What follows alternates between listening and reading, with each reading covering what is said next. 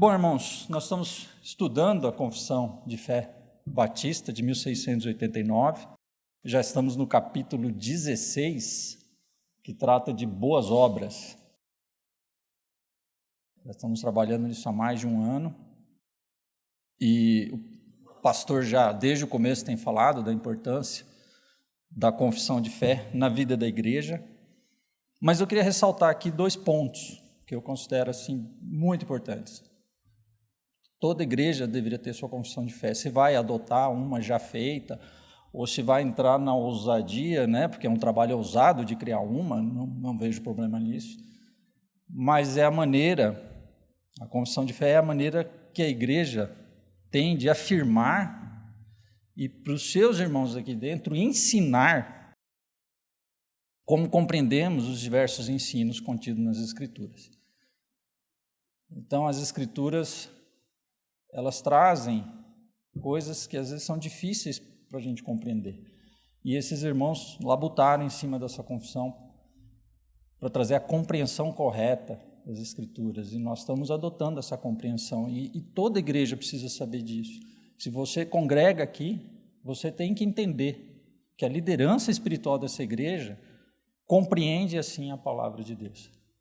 Mas ela também tem um papel para os nossos irmãos que estão fora dos muros da nossa igreja. Hoje, por exemplo, nós temos irmãos nos assistindo pela internet, não são membros dessa igreja local, mas através dessa confissão nós podemos afirmar e demonstrar a eles como nós compreendemos as Escrituras. E isso é muito importante, irmãos. Por que é importante essa compreensão? Porque, irmãos, quando nós fomos resgatados e fomos convertidos a Cristo, nós não fomos arrebatados. Nós continuamos aqui. Nós temos uma missão. Aliás, mais que uma missão, maravilhosamente uma comissão. Porque há uma promessa no final dessa missão dada a nós, de que Cristo estaria com nós até o fim dos nossos dias. Para quê? Para, enquanto caminhamos, fazermos discípulos. Isso é pregação do Evangelho, é através da palavra que o Espírito Santo vai converter as pessoas. E não é só pregar, a pregação não para na pregação, é óbvio que a pregação do Evangelho é o início da vida, da compreensão dos que são convertidos, mas é o ensino, ide, fazer discípulos e ensinando-os a viver tudo o que Cristo colocou para nós quando Ele esteve aqui conosco naqueles anos do seu ministério terreno, batizando-os em nome do Pai, do Filho e do Espírito Santo e com a promessa de que Ele estará conosco nessa grande missão. Mas essa missão, irmão, ela está num mundo muito cruel, um mundo perdido. A maioria das pessoas não é convertida, vocês sabem muito bem disso. Vocês vivem num mundo onde as pessoas são inimigas de Deus. E é um mundo que prega coisas totalmente contrárias. É um mundo que tem um liberalismo muito grande. Nós acreditamos na ortodoxia. Horta, correto, crescimento correto. Para nós essa palavra é inerrante, ela não contém a verdade, ela é a verdade. É isso que nós cremos. O mundo não. O mundo tem um liberalismo. Afinal de contas, essa Bíblia foi escrita, a carta de Paulo aos Romanos foi escrita por Paulo, e Paulo era um homem com suas falhas. Sim, Deus usou Paulo maravilhosamente, mas quem inspirou ele para escrever foi o Espírito Santo de Deus. E isso nós cremos firmemente. Nós temos que ter essa convicção sempre. Esse mundo tem um relativismo muito grande. Essa é a sua verdade, mas a minha é outra. A sua verdade é uma, a minha é outra. Tudo é relativo. Nós não cremos nisso, irmão. Quem estipula o que é certo e errado é Deus. Mas somos nós para ter as nossas verdades. Esse mundo crê num universalismo. todo mundo, no final de contas, vai se dar bem, né? Culminando no ecumenismo, né? A gente tem que abraçar todo mundo e caminhar, porque, afinal de contas, o amor é o mais importante. É isso que nós cremos, irmãos? Logicamente, não. Nós amamos e temos que amar o próximo. E eu peço a Deus para que me capacite a amar o próximo, porque muitas vezes não é fácil amar o próximo. Mas não, infelizmente, pessoas não vão estar com a gente na eternidade. E isso é muito triste. A nossa missão é tentar resgatar essas vidas. E isso não é fácil. A gente tem que estar firmado nisso daqui. Essa é a nossa verdade, essa é a nossa instrução. E como nós compreendemos essas verdades, a confissão nos ajuda a entender isso. Vocês repararam que eu falei da confissão só para irmãos de dentro, irmãos de fora? Será que a confissão é importante para o ímpio? Deus pode até usar essa confissão se Ele quiser, ninguém limita a Deus, né? Mas para o ímpio, irmãos, nós temos que pregar o Evangelho. É depois da conversão, através da graça de Deus, mediante a fé em Cristo, é que aí sim nós vamos caminhar com esses irmãos e estudar muito bem como nós compreendemos essas escrituras, porque é importante para todos nós, na nossa caminhada. Nós vamos constantemente estar amadurecendo. Então, a pregação do Evangelho, irmãos, é o que precisa sempre, em todo tempo, a todo tempo. É a maneira que nós vamos demonstrar o amor para com aqueles que estão perdidos. Muito bem, e o que nós vimos na confissão até agora? Nós estamos no capítulo 16, que trata de boas obras. Alguns domingos atrás foi ensinado o ponto 1 e o ponto 2, né, da confissão, do capítulo 16. O ponto 1 destaca que boas obras são somente aquelas que Deus ordenou em sua santa palavra. Eu gosto da confissão porque ela já de cara, ela já diz o que é importante. Ela continua explicando, né? Mas as boas obras são aquelas que Deus estabelece. Bom para você ou bom para Deus? A gente precisa ter sempre isso em mente.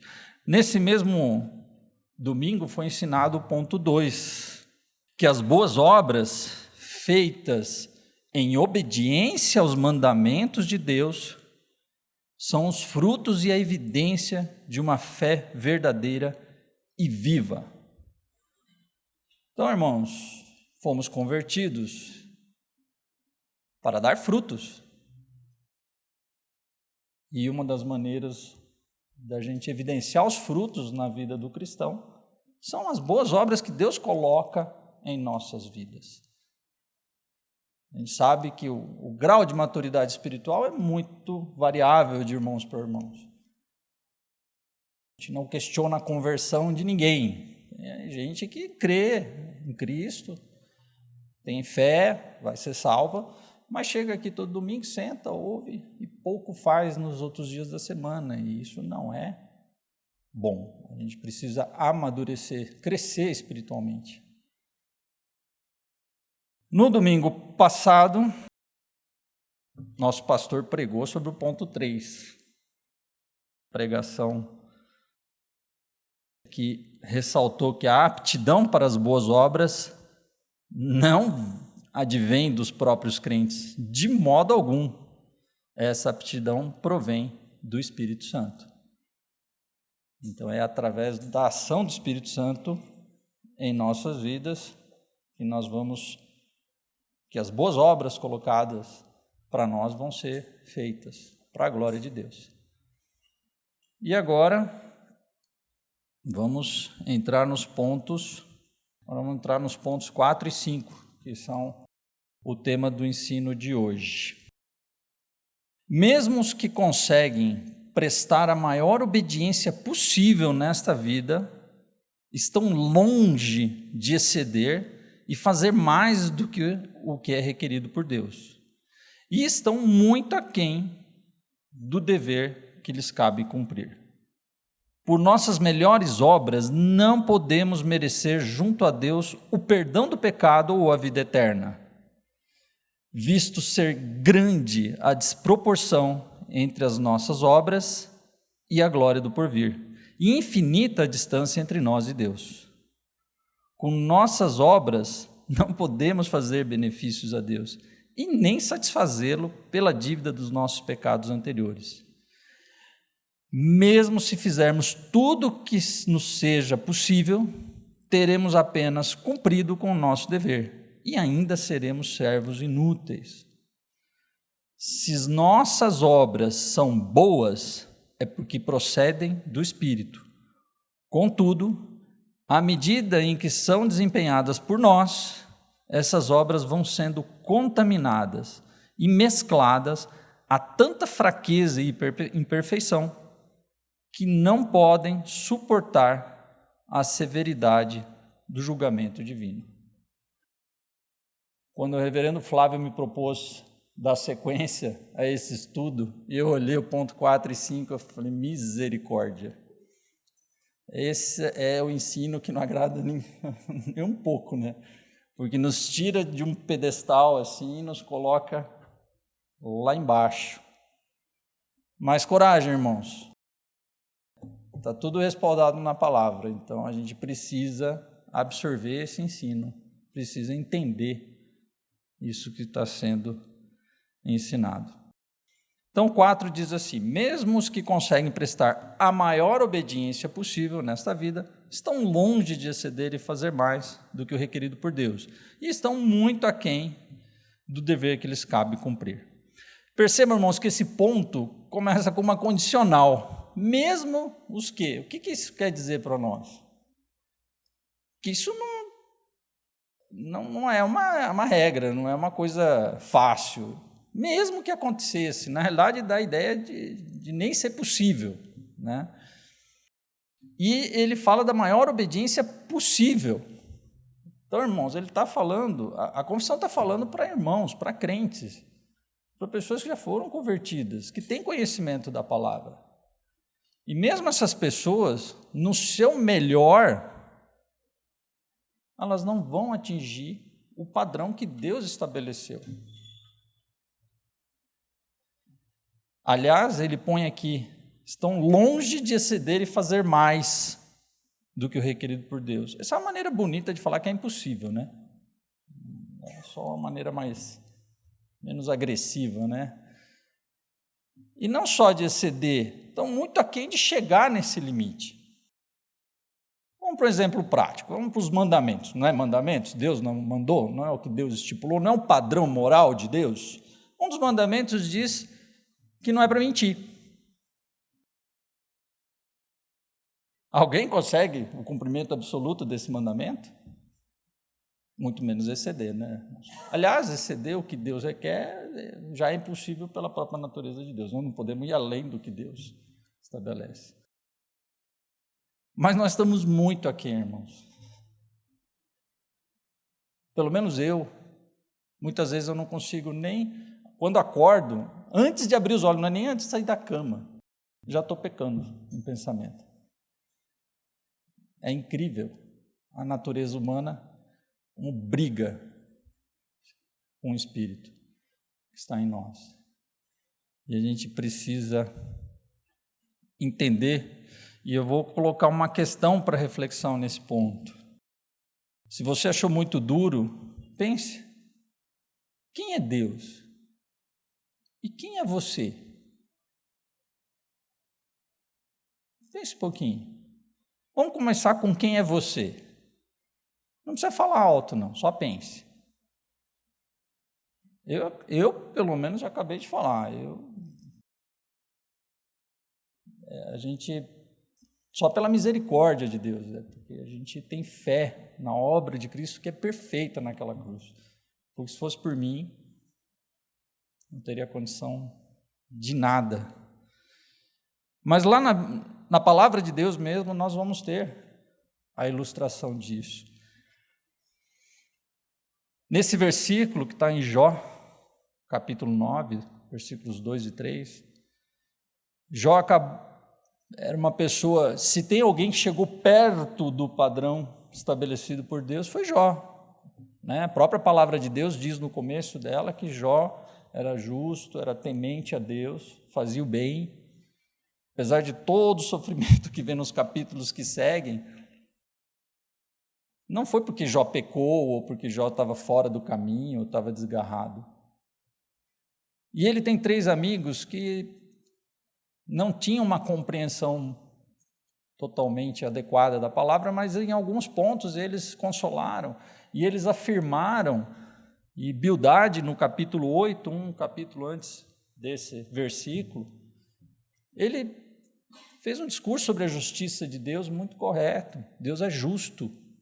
E Jó se rende a isso. Vocês veem aqui Jó dizendo, na verdade, sei que assim é. Porque como pode um homem ser justo para com Deus? Se quiser contender com ele, nenhuma em 1000 coisas lhe poderá responder.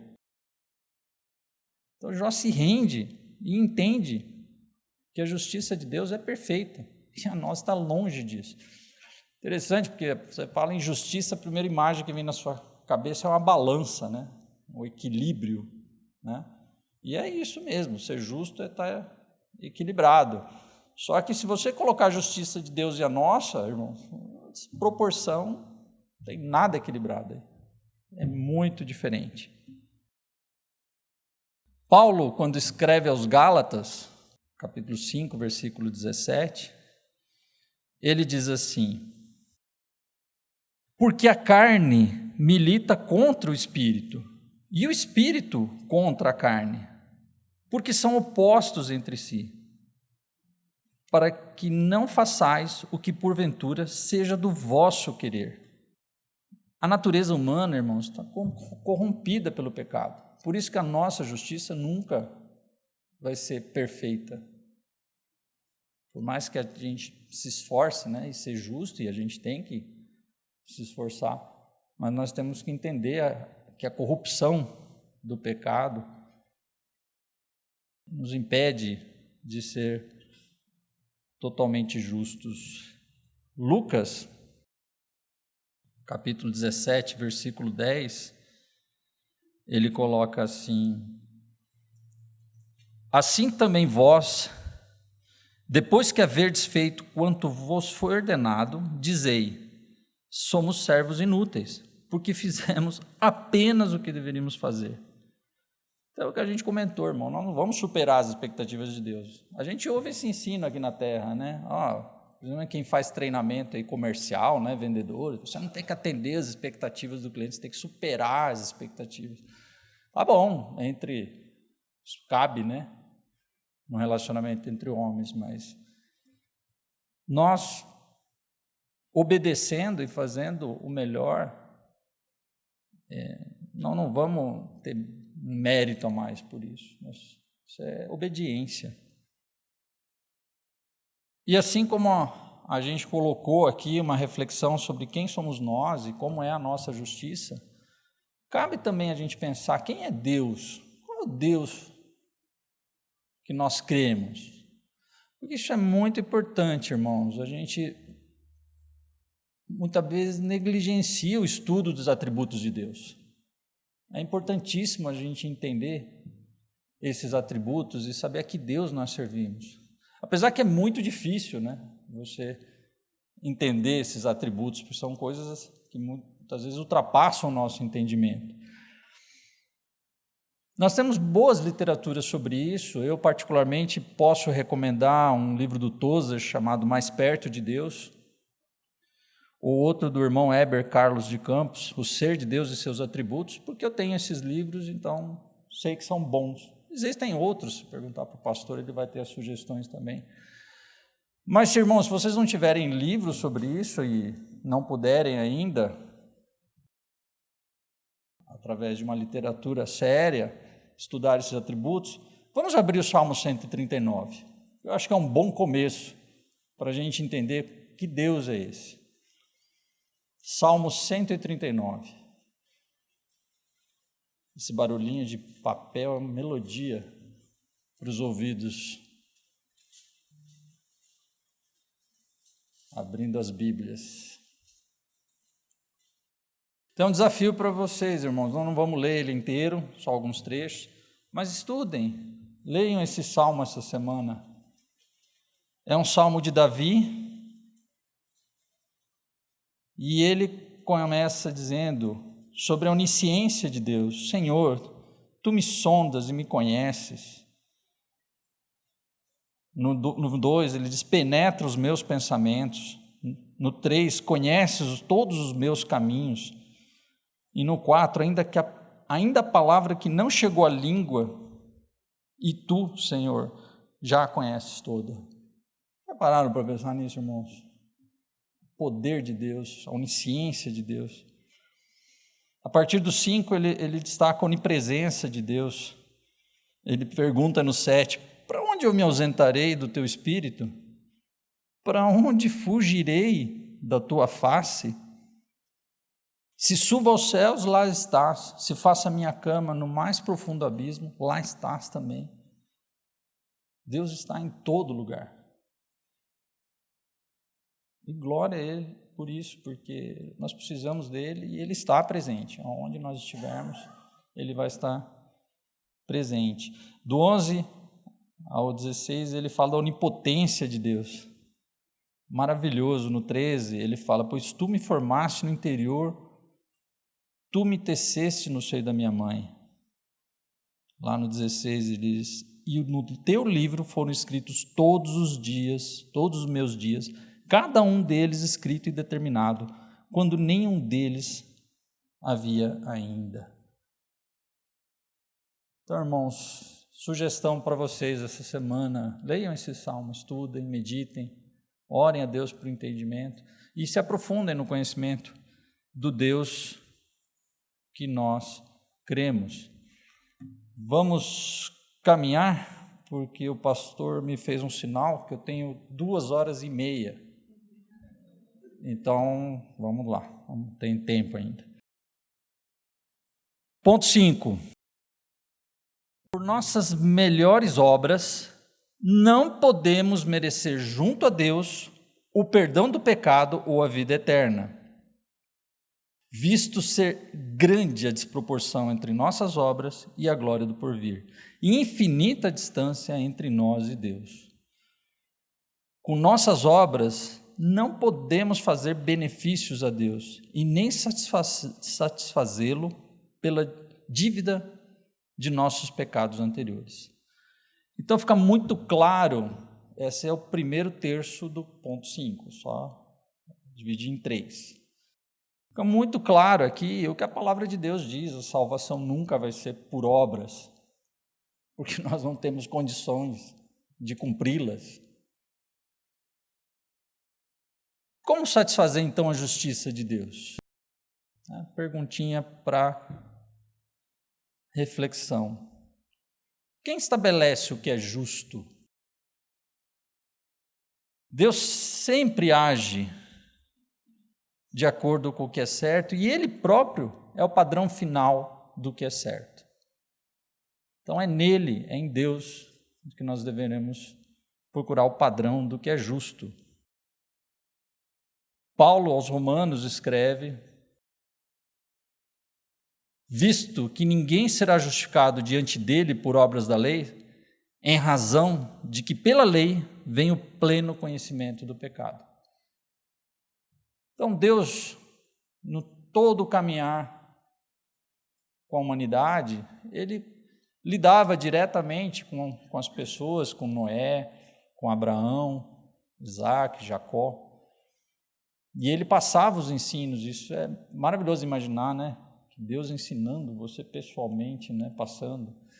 Mas depois do cativeiro, depois do povo ter ficado 400 anos lá no Egito, e depois da contaminação que esse povo teve, convivendo com a idolatria do povo egípcio, Deus levantou Moisés e ele estabeleceu o seu padrão moral de uma forma escrita, não só por como era até então tradição oral, né? Ele mandou escrever o padrão dele. Esse é o padrão que ele coloca, e é para isso que a lei serve, para nos dizer o que é certo e o que é errado. Nós não vamos conseguir cumprir isso plenamente, a salvação nunca viria pelo cumprimento da lei. Mas é importante saber a lei? É importante saber o padrão moral de Deus? Sem dúvida, a lei não foi abolida. Cristo mesmo disse, eu não vim aqui abolir a lei, não faz sentido, Deus não mudou. Se o padrão moral dele era esse lá atrás, continua sendo o padrão moral de Deus. E cabe a nós estudá-lo e conhecê-lo e vivê-lo. Mas não porque a gente vai ser salvo por isso, mas porque a gente foi salvo pela fé em Cristo. E nós queremos obedecer esse padrão. Irmãos, qual é a motivação para boas obras? Paulo escreve aos Efésios, no capítulo 2, versículos 8 e 9.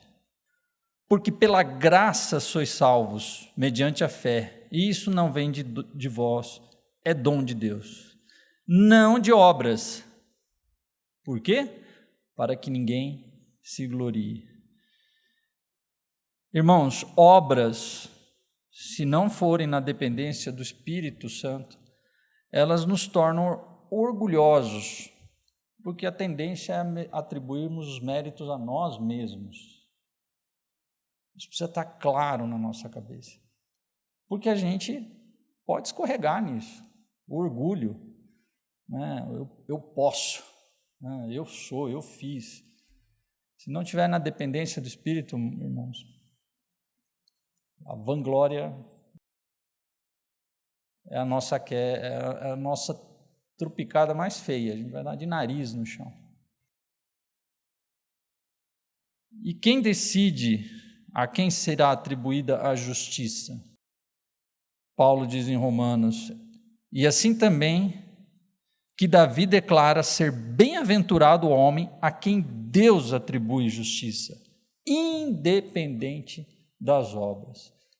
Feliz, bem-aventurado esse homem, no qual Deus reconhece, e não ele se acha. Obras não nos tornam justos mediante Deus, por melhor que a gente acha que são elas e por melhor que acha que a gente desempenhou elas. Se não for na dependência do Espírito, isso não tem valor. Segundo trecho do ponto 5. Mesmo se fizermos tudo o que nos seja possível, teremos apenas cumprido o nosso dever e ainda seremos servos inúteis. Se as nossas obras são boas, é porque procedem do Espírito. Começa de novo com mesmo se a gente fizer tudo o que é possível, ainda assim, nós cumprimos a nossa obrigação. Irmãos, obediência não é mérito, é obrigação. Obediência a Deus é obrigação, não é mérito. A gente está contaminado nesse mundo, né? Você ouve frequentemente mães falando, não, meu filho é tão obediente, né? Como se fosse um mérito. Obediência aos pais é uma obrigação. Mas a gente tem que cuidar com isso, porque a nossa natureza quer esses reconhecimentos, né? Paulo escreve em Gálatas, mas o fruto do Espírito é amor, alegria, paz, longanimidade, benignidade, bondade, fidelidade, mansidão, domínio próprio. Contra essas coisas não há lei. De quem que é o fruto? Do Espírito. Você pode até ver ímpios tendo momentos de paz, de alegria, de benignidade, mas o fruto do Espírito. Nós somos criaturas, irmãos, nós somos livres para decidir por nós mesmos o que é digno de aprovação ou não. É Deus que estabelece. Contudo, à medida em que são desempenhadas por nós, essas obras vão sendo contaminadas e mescladas com tanta fraqueza e perfeição que não podem suportar a severidade do julgamento divino. Então, novamente, irmãos, se não é na dependência do Espírito, qual é a essência das nossas boas ações? Você acha que é essencialmente bom? Que você fez alguma coisa boa porque você é bom? Lá em Isaías 64:6 está escrito assim: mas todos nós somos como um imundo, e todas as nossas justiças como trapo de imundícia. Todos nós murchamos como a folha, e as nossas iniquidades, como um vento, nos arrebatam. Irmãos, antes de sermos redimidos por Cristo, não somente praticamos atos pecaminosos e tivemos atitudes pecaminosas, mas nós também éramos pecadores por natureza. Nós nascemos em pecado. Então, a nossa natureza corrompida, ela contamina qualquer coisa que a gente creia que está sendo boa. Se não for na dependência do Espírito, isso vai ser contaminado. Salmo 143:2. O que seria de nós sem a misericórdia de Deus, né, irmãos? Não entre em juízos com teu servo, Davi falando a Deus, né? Porque à tua vista não há um justo, nenhum vivente. Teremos muitos outros versículos, irmãos, para colocar que todas as pessoas são pecadoras diante de Deus. Mas creio que deu para entender, né, a mensagem aqui. Irmãos, vamos fazer algumas aplicações do que a gente estudou hoje. Em primeiro lugar, irmãos, eu queria, pelo nosso estudo, pela nossa compreensão, colocar para vocês que o buscar conhecer a Deus deve ser uma constante em nossas vidas. Até porque por mais que a gente se aprofunde no assunto, nós nunca vamos conhecer plenamente a Deus. Então, estude os atributos de Deus, se dedique a isso, leia. A Bíblia está cheia de descrições do nosso Deus. E é importante a gente ter bem firme na nossa cabeça qual é o Deus que nós adoramos, porque senão a gente enfraquece enquanto caminha nesse mundo e se deixa levar por conceitos errados e por ensinos. A gente titubeia. Irmãos muito firmes na fé, quando começam a ler literaturas mais liberais, chegam até a enfraquecer na fé e duvidar do poder de Deus. Ninguém está livre disso, irmãos. A gente precisa ser firme nesse propósito. Segunda aplicação, perguntamos como satisfazer a justiça de Deus? Cristo. É só Ele, só através dele, a justiça de Deus vai ser satisfeita. Por isso que só através dele nós alcançamos a Deus. A salvação vem só através de Cristo. Só Ele, através da obra na cruz, satisfaz essa justiça de Deus. Isso não pode nunca sair da nossa mente. Por mais que o mundo traga outros ensinos. Cristo mais alguma coisa. Cristo não tem mais nada. É Cristo. Terceira aplicação é a prática da nossa vida, né? Então, na dependência do Espírito, nós vamos fazer boas obras. Esteja disposto a isso, mas não só disposto, disponível. A diferença, às vezes, faz diferença. Você sabe, um irmão pode pedir para você, vamos na casa do nosso irmãozinho que está doente, ele precisa de um apoio espiritual e a igreja precisa se ajudar, precisa estar junto. Você está disposto? Estou. Vamos hoje à noite? Mas hoje à noite... Vamos marcar um horário essa semana? Puxa, mas essa semana... né? Tem um parente lá em casa. Então, irmãos, disposto, eu garanto que muita gente entende a necessidade do cuidado, do viver num corpo, né? Porque essa é a vontade de Deus. Esse é um dos meios da graça, como o pastor gosta de dizer, né? Nós estamos um corpo, nos ajudando, nos suportando uns aos outros. Entendemos isso e muitas vezes temos que estar dispostos a isso se a gente foi convertido, mas não é só estar disposto, tem que estar disponível, né? Porque muitas vezes não dá para esperar, né? A gente precisa agir. A última aplicação é que tudo, irmãos, tudo. Esse é um dos pilares da reforma protestante. Os 5 solas. Tudo para a glória de Deus. Nada para nós. Tudo para Deus.